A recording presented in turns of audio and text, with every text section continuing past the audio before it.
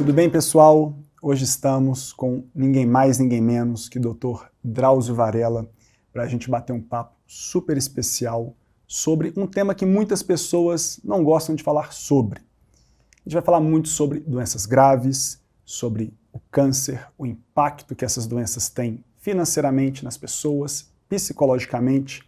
Então, segurem aí que vai ser um excelente papo aqui com o Dr. Drauzio Varella. Seja muito bem-vindo, doutor. Muito obrigado. Estou me sentindo William Bonner, sentado aqui, te entrevistando, ainda mais com esse cabelo grisalho. Para começar, Dr. Drauzio, gostaríamos que a gente falasse sobre alguns mitos que tem aqui no Brasil. Por que o brasileiro evita tanto esse assunto sobre doenças graves, sobre cânceres? Por que a gente evita essas conversas? Acho que é uma dificuldade de encarar a finitude da vida, né?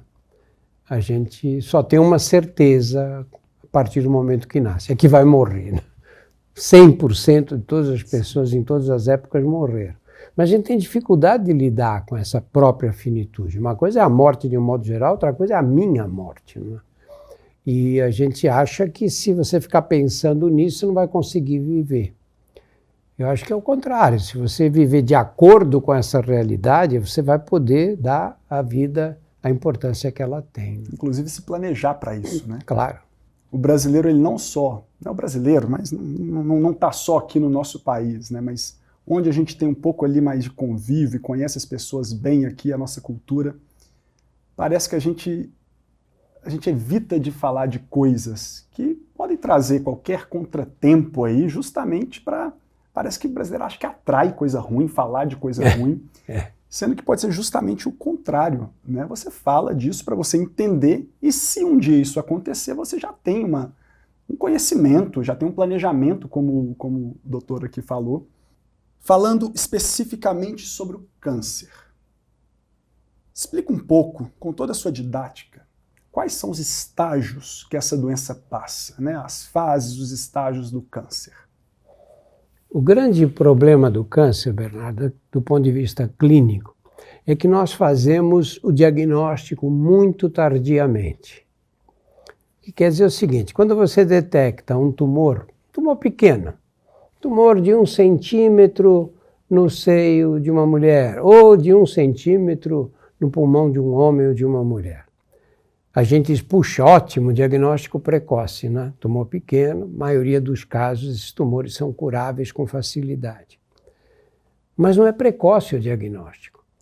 Porque você imagina, desde a primeira célula, ou as primeiras células que sofreram uma mutação e que começaram a se multiplicar fora do controle do organismo, até chegar a 1 centímetro, o cálculo básico é que essa célula nas divisões tenha se duplicado cerca de 20 vezes pelo menos. Isso pode levar de alguns meses até anos. Por exemplo, no caso de um tumor de mama, que é uma situação muito frequente na oncologia. Um tumor de mama de 1 centímetro, quando você diagnostica, a mulher vai lá, faz a mamografia, apareceu 1 centímetro. Pra você ter uma ideia, esse tumor deve ter começado, varia muito, é claro, porque depende da agressividade dele, da velocidade de multiplicação. Mas o cálculo é que ele tem aí entre 23 meses e quase 20 anos de evolução. Então aquele tumorzinho de 1 centímetro começou lá atrás, aí você faz o diagnóstico. Só que aí na próxima duplicação, ele que media 1 centímetro vai medir 2. E mais um tempo de duplicação, ele vai medir 4. E mais um tempo vai medir 8. É exponencial, né? É exponencial o crescimento. E você faz o diagnóstico numa fase em que ele já cresce muito depressa. Esse é o problema fundamental na oncologia. A gente tem que fazer esse diagnóstico numa fase ainda microscópica, ou ideal, submicroscópica. Hoje a metodologia toda avança para essa situação, né? Legal, interessante isso, doutor. Em termos até mais técnicos aqui, adoraria ter esse momento aqui com você, para a gente explicar um pouco desses estágios, né? A gente tem classificações por estágio 0, que é justamente aquela doença que ainda é pré-maligna, né? Que ainda nem começou, e estágio 1, 2, 3 e 4. Eu adoraria que o senhor explicasse um pouquinho aqui, para quem está nos assistindo, um pouco mais sobre A evolução dos tumores varia muito, depende muito do tipo de tumor, depende do momento em que foi feito o diagnóstico, depende da velocidade de multiplicação. Mas, basicamente, em linhas gerais, você tem um tumor, o tumor começa numa localização determinada, no seio, na próstata, no pulmão, começa ali. E ali ele vai crescendo. À medida que ele cresce, as células tumorais têm uma característica que as diferencia das células normais. Elas têm uma adesividade menor. O que quer dizer o seguinte, por que você, de repente, não abre uma ferida espontaneamente no rosto, não cresce um tumor no seu rosto? Porque as células estão ali, formam essa... Uma se liga à outra, uma fica presa na outra. Célula tumoral escapa do tecido com mais facilidade. E aí cai na corrente sanguínea. E quando cai na corrente sanguínea, vai principalmente para onde? A primeira estação é a dos linfonodos regionais. Exemplo típico, você fere o pé e aparece uma íngua aqui na região inguinal. Por quê? Porque essa é a zona que tem os linfonodos e esses linfonodos vão aparar ali as bactérias, ou ali vai haver um estímulo da resposta. Isso acontece com os tumores. A maior parte deles evolui assim, começa numa lesão única, essa lesão depois atinge, por exemplo, no caso do câncer de mama, atinge os linfonodos axilares, no caso do câncer de pulmão, atinge os linfonodos do mediastino, que é essa região que fica entre os dois pulmões, e assim sucessivamente. Então, se você pega um tumor de mama, que está só o tumor inicial ali, você diz, bom, então esse tumor tem 1 centímetro, 2, 5, não importa. Mas a doença está localizada ali. Quando atinge os linfonodos, o estádio mudou. Porque agora já não está mais apenas no local pulmão, mama, seja o que for. Agora pega os linfonodos. E quando surgem lesões à distância, aí você já tem a doença metastática, que está longe, que está fora do local de origem. O caso é muito mais grave, é claro. Então nós temos essa classificação TNM. T se refere ao tumor. Um tumor de 1 centímetro é diferente de um outro de 5 ou de 8 centímetros. Então você já põe ali, você subclassifica T1, T2, T3, de acordo com o tamanho do tumor. N, quando tem os linfonodos comprometidos. E aí também você classifica, uma coisa é T1, linfonodo comprometido, outra coisa é T3, 4 ou 20. E M é a doença metastática, a doença que saiu tanto do local quanto da região e apareceu em outras localizações distantes.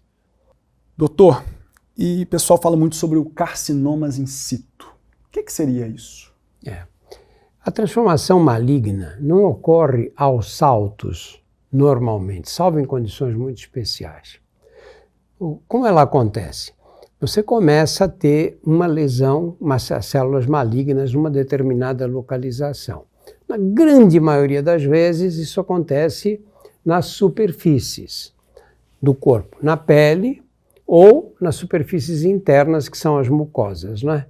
Mucosas desde a boca até o intestino, nos brônquios, enfim. É aí que acontece a transformação. Só que essa transformação vai ocorrendo de modo que a célula vai tendo a sua anatomia alterada. E ela vai ficando cada vez mais alterada, até ela ter a característica de maligna mesmo. Você põe no microscópio e fala, não, isso aqui é uma célula maligna.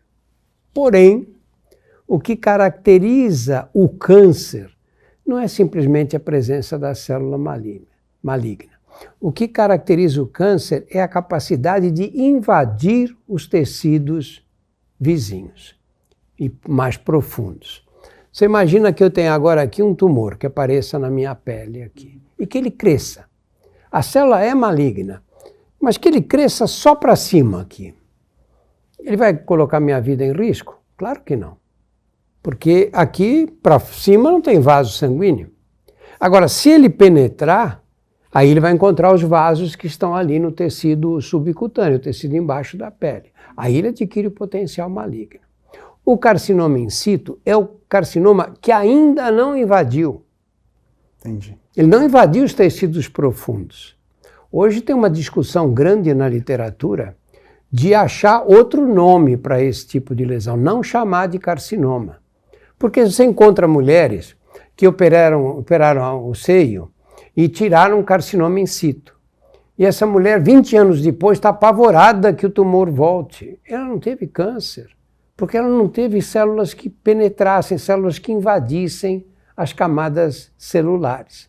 Sim. O carcinoma in situ é uma lesão do grupo de câncer, mas ela não é câncer Ainda em si. não evoluiu para isso. Não evoluiu, porque você não vai morrer de carcinoma in situ de jeito nenhum. Ah, então tá bom, então deixa aí num trato.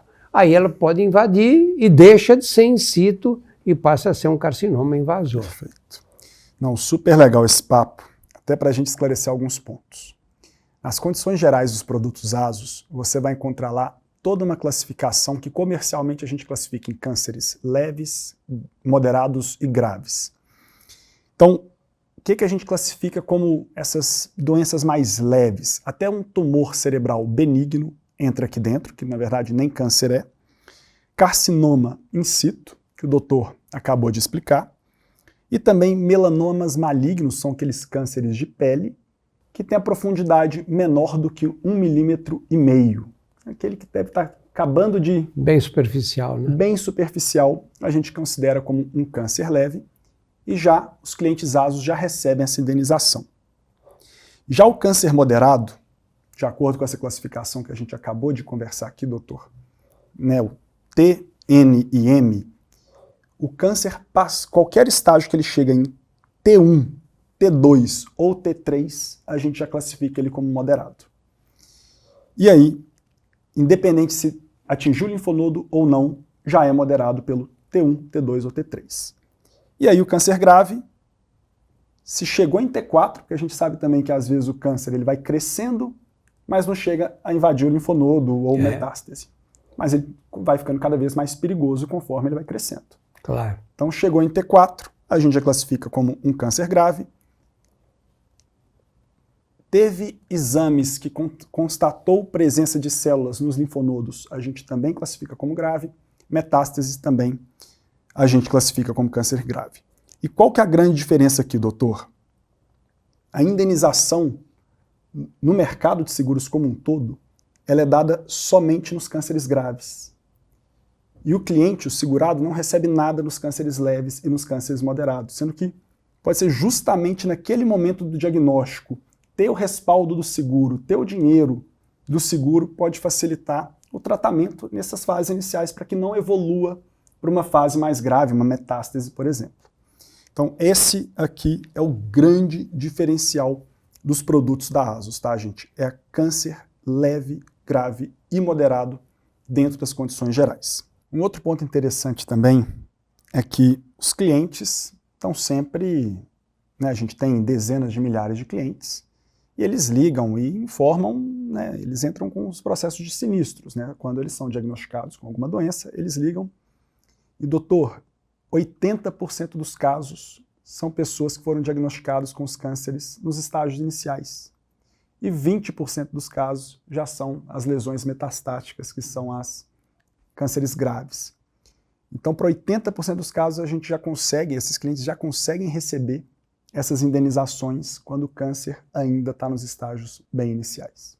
Um outro ponto que eu queria bater com você, doutor, é o tanto que essas doenças podem impactar não só o bolso, a gente vai falar muito sobre isso, sobre os tratamentos que as pessoas têm que fazer, mas também a parte emocional, que às vezes impacta não só a pessoa, mas também a família inteira.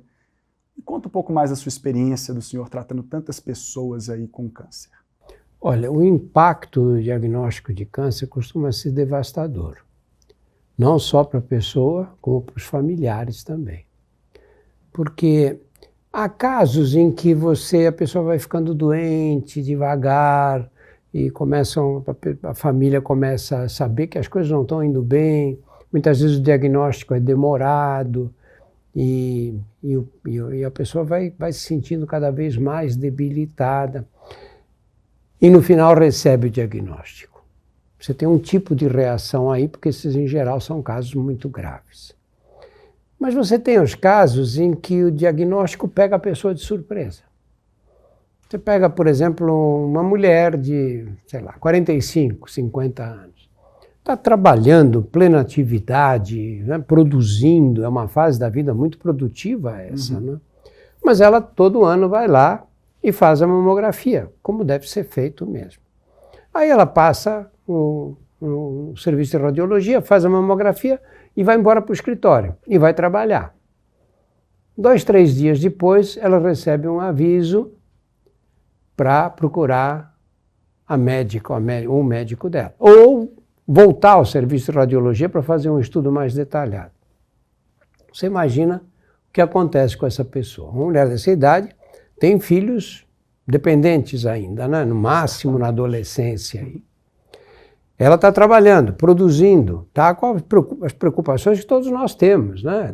As metas a serem atingidas, prestação do apartamento para pagar, do carro, etc. E, de repente, ela é transportada para um outro mundo, do qual ela nem supunha a existência, que vai envolver o quê? Vai envolver a decisão sobre uma cirurgia que ela vai ter que fazer, vai ter que parar tudo que ela está fazendo, vai ter que ser operada, vai ouvir falar em anatomopatológico, vai ouvir falar em critérios para medir a agressividade daquelas células, se elas são dependentes de hormônio, se não são dependentes de hormônio, se vai precisar de radioterapia, se não vai precisar, se vai ter que fazer quimioterapia. O câncer de mama, por exemplo, você tem aí, mais ou menos, juntando todas as possibilidades de cirurgia, radioterapia, quimioterapia, imunoterapia, você tem mais de 200 tratamentos. Então você imagina o que acontece com essa pessoa. Ela, sei lá, é contadora e de repente está nesse mundo. Ou o outro que foi fazer teve um resfriado, ficou tossindo, foi fazer uma chapa, tirou um raio-x, um simples raio-x, e ele está nessa fase da vida também, cheio de responsabilidades, e apareceu um nódulo no pulmão. E aí ele sabe que tem um tumor de pulmão. Ele vai na internet e lê tudo que existe sobre câncer de pulmão e fica apavorado com tudo aquilo que ele leu. Tudo aquilo que ele leu. E tem mais um problema. Você tem uma situação como essa, então a mulher foi lá, operou o seio, fez quimioterapia, fez tudo o que precisava. E o homem também foi, operou, teve que irradiar, fazer quimioterapia ou imunoterapia, acabou. Essa pessoa está tranquila? Não mais. Por muitos anos. Ela vai ter que fazer os controles. E a família inteira também. Família inteira. E médico nenhum pode dizer, não, você é certeza que está curado. Não, certeza não. Você pode ter uma alta probabilidade de estar curado, mas certeza você não tem mais. Então você percebe que a vida daquela pessoa que sai desse ambiente, dessas preocupações que nós temos na rotina diária e entra numa grande dúvida daí em diante. As pessoas se adaptam. E amadurecem quando acontece isso. Mas a vida não volta a ser a mesma. Às vezes fica até melhor, porque a gente deixa de se preocupar com essas besteiras, que a gente se preocupa. Se você, no caminho para cá, me fecharam com o carro, se não sei o que, não estou nem aí, minha preocupação agora é outra. Mas aí você passa a ter esse nível de preocupação. Vou te contar um caso, não sei se cabe aí, mas tudo bem. Com certeza cabe. Eu tive uma filha, e a partir do momento que eu tive uma filha, eu tinha 30 anos, eu comecei a ter medo de morrer. Nunca tinha tido isso no passado. Eu pensei, bom, um dia eu vou morrer, claro, como todo mundo, mas eu tinha medo que isso acontecesse. 2 anos depois nasceu a minha segunda filha, e eu fiz um seguro de vida. Fiz porque eu disse, se me acontece alguma coisa, não é verdade? Eu tenho esse seguro de vida até hoje. Porque eu nunca parei de pagar depois disso. Agora minhas filhas são independentes, não precisam de mim para nada. Mas eu fiz esse seguro no momento que eu achei que tinha que dar esse tipo de proteção. Nós não temos aqui no Brasil essa cultura do seguro de vida. Claro que tem gente que luta para pagar o almoço, não é? Esses não têm mesmo condição de nada. Mas você tem um número de milhões e milhões de pessoas. O Brasil tem mais de 200 milhões de habitantes, não é? Que tem essa condição e tem obrigação de prever o futuro, porque o futuro chega. Eu vi tantas situações mais absurdas, você dizer, pô, mas não é possível ter acontecido isso com essa pessoa. Ela faz tudo direito, ela faz exercício, ela come fibra, ela evita gordura, ela quase não come açúcar. E, apesar de tudo, você está vivo, pode acontecer, não é? Interessante demais isso que você está trazendo aqui. O senhor se arrepende de ter pago seguro de vida por mais de 50 anos e até hoje nunca ter precisado? Graças a Deus que eu não precisei. E você, doutor, o senhor acredita que essa é uma objeção em não contratar o seguro de vida? Ah, mas e se eu não precisar usar? Que bom, sinal que está vivo, sinal que está bem, mas se precisasse... você está pagando os outros que vão precisar, exatamente, na verdade. Exatamente. Então, legal, não sabia que você tinha um seguro de vida. Olha, eu vi acontecer tantas coisas na vida. Isso não é fenômeno brasileiro só. Nos Estados Unidos, eu acho que a situação é pior até. Eles têm uma frase lá que eles falam... Ai, meu Deus, eu esqueci o verbo que é. É uma debacle financeira, uma falência financeira. Nos Estados Unidos, quando você tem uma doença grave, ou você tem dinheiro para se tratar direito, ter um bom seguro e ter reserva, ou você quebra. Você vai à falência, porque as contas lá são absurdas, saem completamente fora do controle, e tem sempre uma coparticipação. Sim. E essa coparticipação, às vezes, é de 10%, 20%, parece pouco, mas se você tem uma conta de $1,5 milhão, você vai ter que pagar aí $300 mil de conta. Quem é que tem esse dinheiro separado para isso, não é? Eu concordo que nos Estados Unidos a situação é pior, mas no Brasil também não também, foge muito. Claro que não. Porque então, você pega um homem ou uma mulher, a quantidade de mulheres hoje que são arrimo de família é brutal, a quantidade né? de mãe solo que tem, né? É uma coisa absurda, né? Porque os homens fazem filho e desaparecem sem nenhum problema, né? De consciência. Mas você pega pessoas que chefiam famílias, e de repente você tem uma doença que te impede de trabalhar. Ou mesmo que não te impeça de trabalhar, mas vão implicar em cirurgias, tratamentos quimioterápicos, radioterapia, você vai ficar fora de jogo por um tempo. Esse tempo, como é que você vive durante esse tempo? Recebendo o INSS, É. que muitas vezes não é o suficiente. Quase nunca é suficiente. Quase nunca é o suficiente. Então, sim, é um grande problema. Mas continua, doutor. Não, eu acho que, assim, sinceramente, como eu vejo de fora, eu não entendo nada de seguros, mas você tem as doenças, os seguros funcionam como? Na visão do ignorante, né? Eles avaliam o risco daquela população e diz, olha, quantos daqui podem ficar doentes ou quantos costumam ficar doentes a cada intervalo de tempo e tal. Essas estatísticas são disponíveis, né? Aí você faz o cálculo e você diz, não, se eu cobrar X de cada um, eu consigo atender a demanda daqueles que vão ter problemas de saúde. É assim que vai ser o mundo moderno. Né? É assim que vai ser. Você diz, bom, mas nós temos o SUS pode atender todo mundo. Pode realmente atender todo mundo?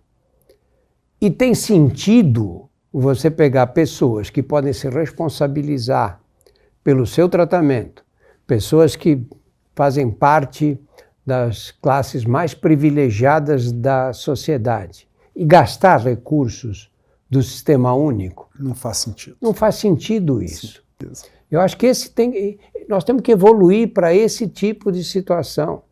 Dar toda a assistência médica melhorar o Sistema Único de Saúde, para você tentar tratar essa massa da população que não tem acesso e não teria condições de ter nenhum acesso.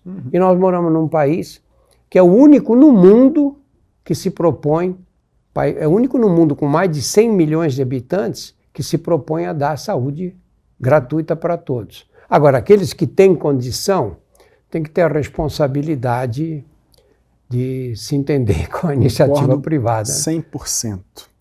Doutor, vamos falar um pouquinho mais sobre os impactos financeiros agora. A gente falou bastante sobre os impactos emocionais na família, no paciente, tanto que a vida dele muda, né? Ele sai daqueles problemas do dia a dia e começa a olhar o mundo até de outra forma. Mas e do ponto de vista financeiro, o que é que muda para esses pacientes, para essas pessoas que foram diagnosticadas com uma doença grave? Não, o que muda é que, primeiro, a demanda é outra depois de você ter um diagnóstico desse, né? A demanda é o tratamento, é procurar o melhor tratamento possível. E, por outro lado, você tem uma pessoa que vai ter que se dedicar a cuidar da saúde. E isso pode tomar muito tempo, porque vai depender de cirurgias, de tratamentos mais agressivos, e você tira essa pessoa da condição de trabalhar. E ele passa a ter dois problemas. Um, que aumenta os gastos com a própria saúde, e o segundo, que deixa de receber. Então, normalmente, o câncer tem um impacto psicológico, tem um impacto no relacionamento familiar muito grande, mas tem um impacto econômico muito importante na vida das pessoas, né? Tem até um termo para isso, é toxicidade financeira, certo? É toxicidade, eles usam, tem um outro termo que é debacle, eu não consigo lembrar. Na verdade, muita gente vai à falência com um problema desse. Sim. Né?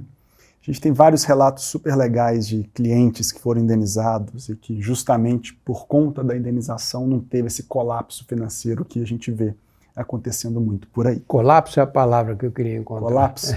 Que é isso Legal. mesmo. Né? Sim. Perfeito. Pessoal, é importante a gente lembrar que o seguro doenças graves da ASUS não é só sobre câncer. São 30 doenças e procedimentos. A gente está falando de câncer, AVC, infarto, Alzheimer, Parkinson, uma série de outras doenças e procedimentos. Então, vale a pena dar uma consultada em todas essas coberturas para vocês entenderem um pouco mais. Doutor, vamos falar agora sobre um outro tema que o senhor também é craque, que é longevidade, o que fazer para conseguir aos 81 anos. Aos 81 anos, continuar um atleta, já participou de várias maratonas. A gente adoraria escutar um pouco mais de quais são as dicas e os segredos aí por trás de uma vida tão... trabalhou pra caramba e mesmo assim se cuidou pra caramba para chegar tão bem assim aos 81 anos ainda atleta. Bernardo, a genética é muito poderosa. Você pode ter a vida mais saudável que você imaginar, que se você pertence a uma família que tem alterações genéticas que te põem em risco de fazer tumores cerebrais, e você tiver um tumor cerebral com 40 anos, o que você pode fazer? Não é? Então você tem que ter primeiro sorte com a genética. E depois... Aí é difícil, hein, doutor? Falar que tem que ter sorte para viver muito? Tem que ter sorte, claro. É um acaso, né? A vida é um acaso, né? Como é que você está aqui agora? Verdade. Porque um dos 300 milhões de espermatozoides do seu pai fecundou o óvulo da sua mãe naquela noite que eles podiam ter, sei lá, viajado ou dormido, pegado no sono. Não é verdade? Sim, é um acaso total. Sim. Não é? Agora, e é isso que vai dar a sua vida, o teu corpo, o funcionamento dos teus órgãos, todo o seu metabolismo. Então, você precisa ter sorte. Depois você vai ter uma compleição física, que não é igual para todos nós. Um é mais alto, outro é mais gordo, outro é mais forte, outro tem músculos mais largos, outro tem músculos como os meus, estreitos, um braço que parece um cabo de vassoura. Cada um tem as suas características. E você tem que adaptar essas características e não pode esquecer que o corpo humano não está aqui para nos dar prazer só. É uma máquina. Ah, uma máquina maravilhosa, foi criada por Deus. Pode ter sido, mas ele precisa de manutenção. E a gente não aprende culturalmente isso. Você acorda um dia, está com dor de cabeça, você maldiz a vida. Ah, essa dor de cabeça... Não é verdade? Olha, por que você não pode ter uma dor de cabeça? Você quer ter um corpo que não te dê trabalho nenhum, que você possa passar o dia inteiro deitado ou sentado, que ele funciona perfeitamente? Não é assim. É uma máquina perfeita, maravilhosa, criada por Deus, ou seja lá por quem for, mas é uma máquina que foi feita para quê? Para o movimento. Foi para ir assim que ela evoluiu no decorrer de milhares e milhares de anos. E ela precisa entrar em movimento. Põe teu carro na garagem, vai lá daqui a 6 meses ver se ele pega.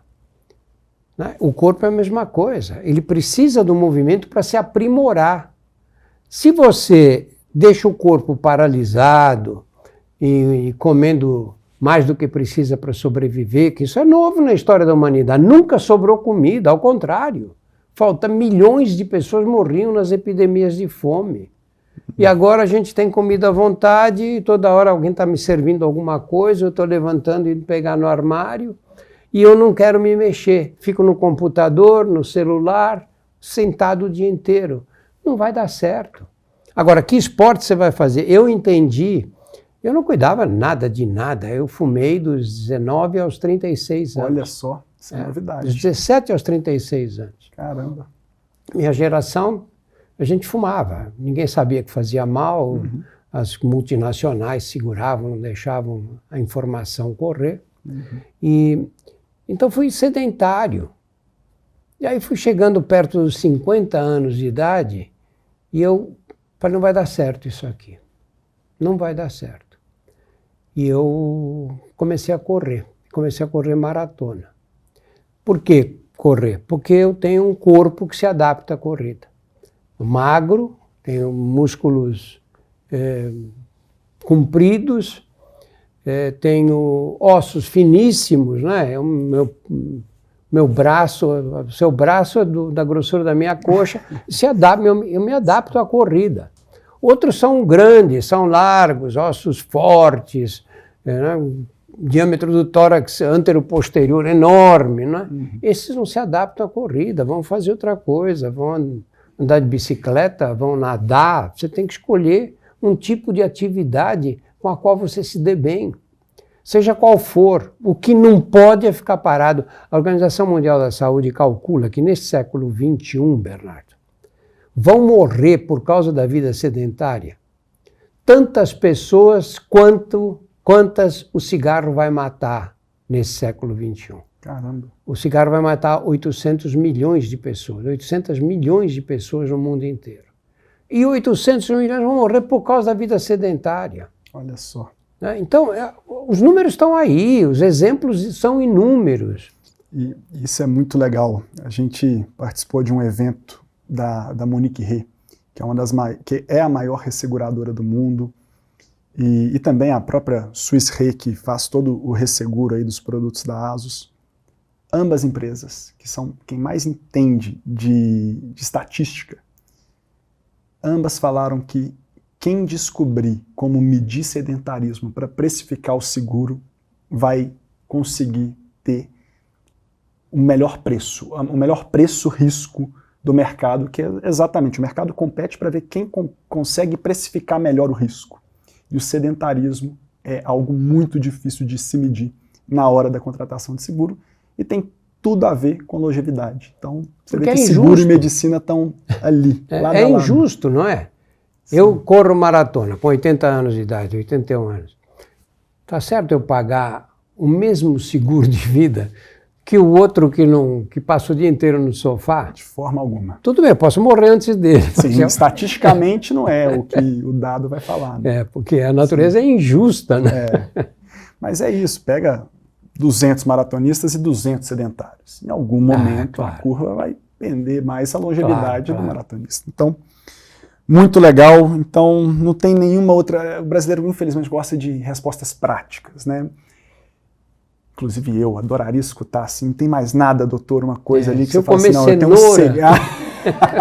Se eu comer cenoura, eu vivo 5 anos a mais. Não, café, almoço e jantar. Não. Tem alguma outra coisa, doutor? Não, tem 2 coisas aí. A primeira delas é essa. O corpo foi feito para o movimento. Você não pode deixar ele parado, que ele vai estragar mais depressa. A segunda coisa é que você tem determinadas necessidades diárias, que varia de uma pessoa para outra. Essas necessidades que variam, você tem que descobrir qual é o seu nível de necessidade. E não pode jogar na máquina um número maior de calorias do que as necessárias para você tocar o dia a dia. Você não pode... Você tem um gasto diário, somando a tua energia gasta em atividade, que você anda, essa coisa, vai para lá, vai para cá, mais a energia gasta em repouso. Nós estamos aqui parados. Meu corpo está gastando energia, não é? Então, o coração está batendo, as alças intestinais estão funcionando, estou respirando. Essa é chamada energia gasta em repouso. Essa energia varia de uma pessoa para outra. Há quem gaste pouco e há quem gaste muito. Se você gasta pouca energia em repouso, a tua liberdade para comer vai ser menor do que o outro que consome muita energia. Esse vai ter mais liberdade um pouco. Então você não pode ir acumulando calorias, ingerindo calorias mais do que as tuas necessidades, porque no decorrer da evolução o corpo humano aprendeu a não desperdiçar. Qualquer caloria que venha em excesso, ele transforma em gordura.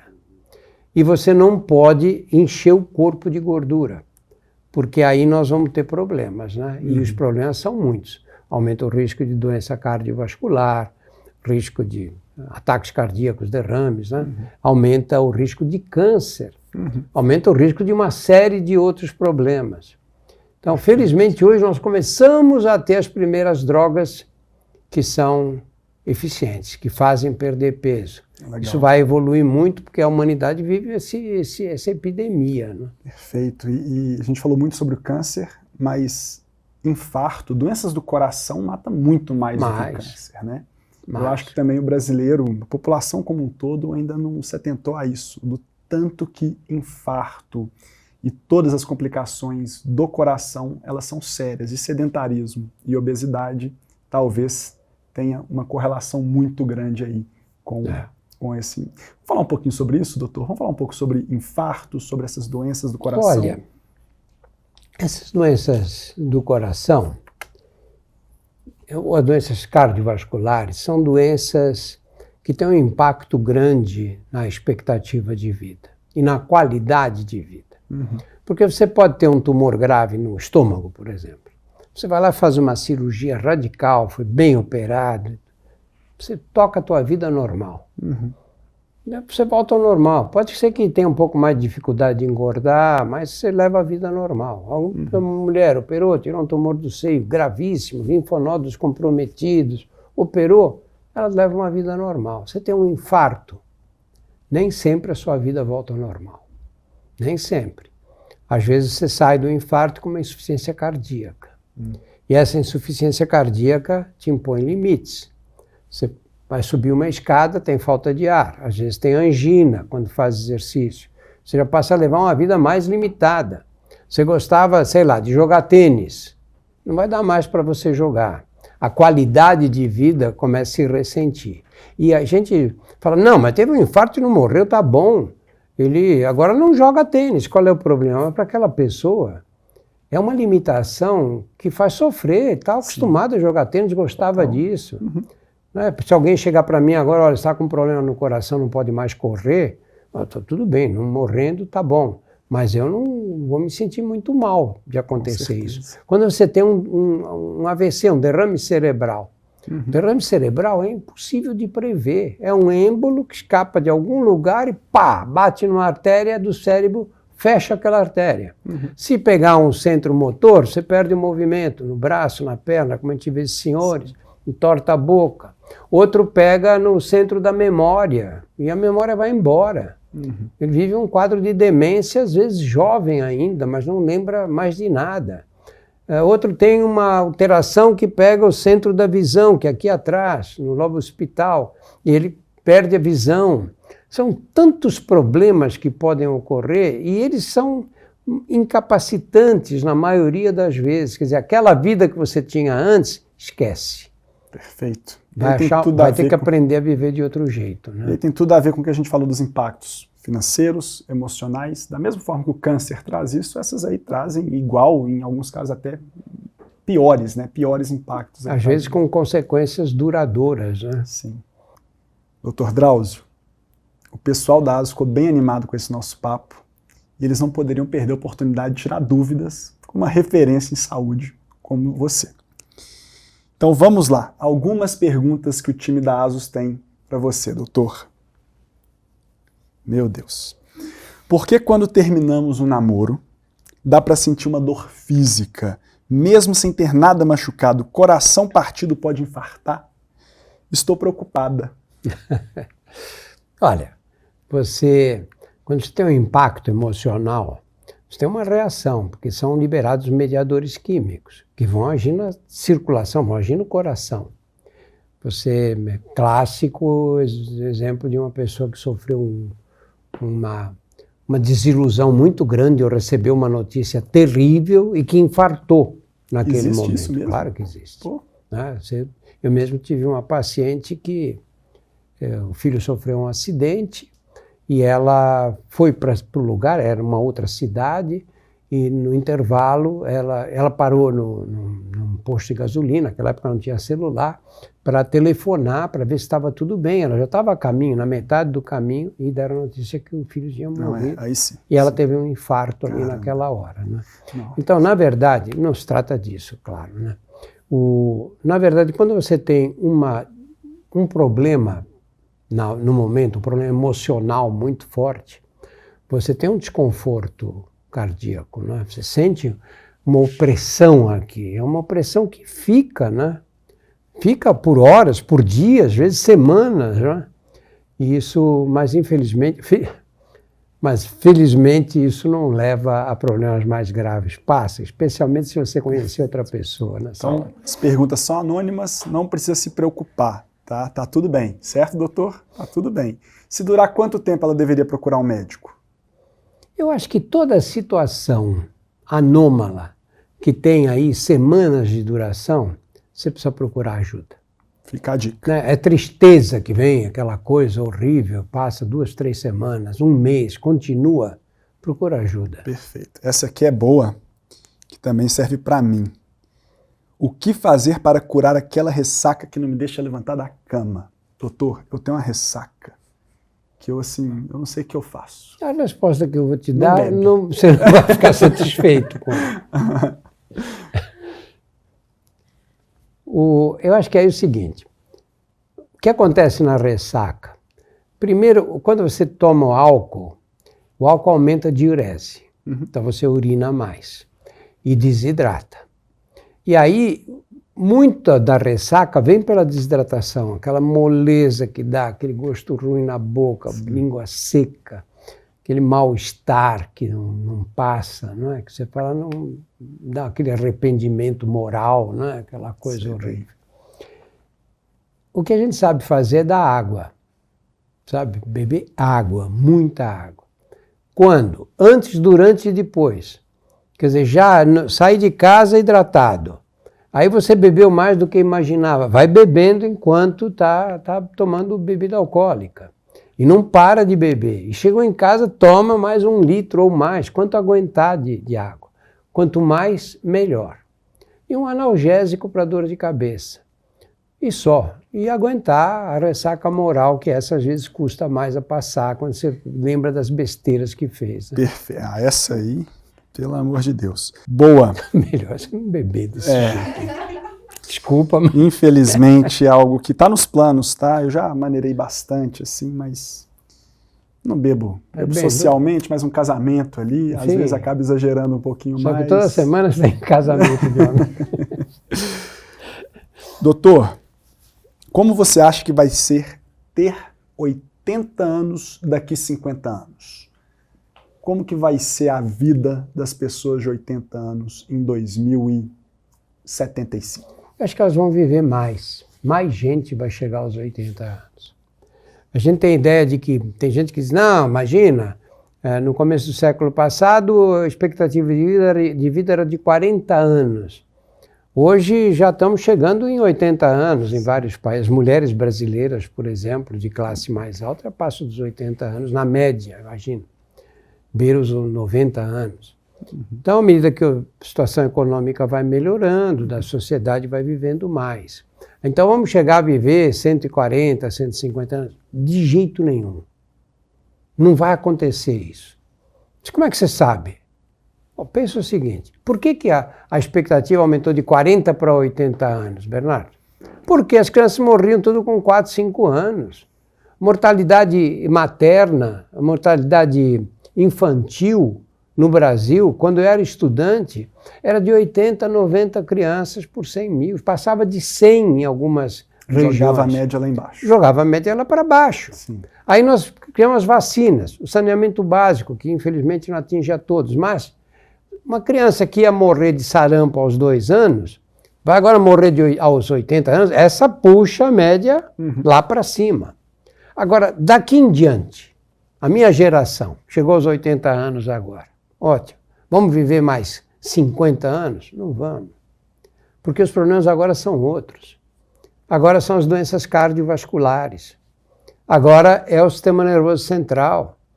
Agora você começa a ter problemas neurológicos, que nós vamos ter que curar para aumentar a expectativa de vida mais ainda.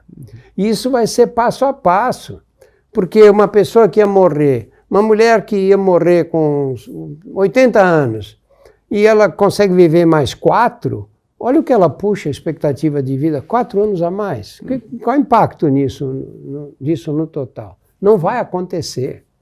Nós não vamos ser imortais, infelizmente. Ou felizmente também, chega uma hora que...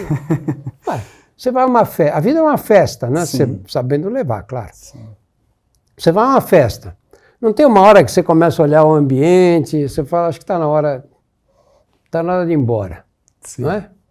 Se divertiu na festa, foi ótimo, mas tem uma hora que a festa acaba, e a vida é assim, né? Interessante. Você está acompanhando os avanços da inteligência artificial, doutor? Tenho tentado. Qual vai ser, na sua opinião, o impacto da inteligência artificial na medicina e na longevidade? Você acha que a gente vai conseguir achar coisas que hoje são respostas que não temos? Eu não tenho dúvida nenhuma disso. Nenhuma.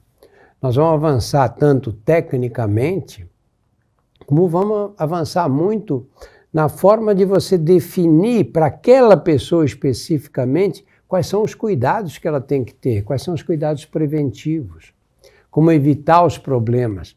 Provavelmente medidas que eu tomo para mim não servem para você e vice-versa, não é? E, além disso, eu acho que nós vamos ter condição de melhorar muito a assistência médica. Porque esse tipo de médico, que é um médico que você vai lá, conta o que tem, ele anota no prontuário e te prescreve uma medicação, isso vai acabar. Ele vai ter que olhar, ver a tua situação, quais são os sintomas, juntar todos os teus dados e ser ajudado pela inteligência artificial. Ela não vai substituir o médico. Porque mas ela vai te dar os dados necessários para tomar as melhores decisões. Né? E mesmo com esse avanço em inteligência artificial, você não acredita num salto de 10 anos da expectativa de vida? Não, acho que não. Olha, tem um trabalho americano que foi dos anos 90 ainda. Eles fizeram um cálculo seguinte.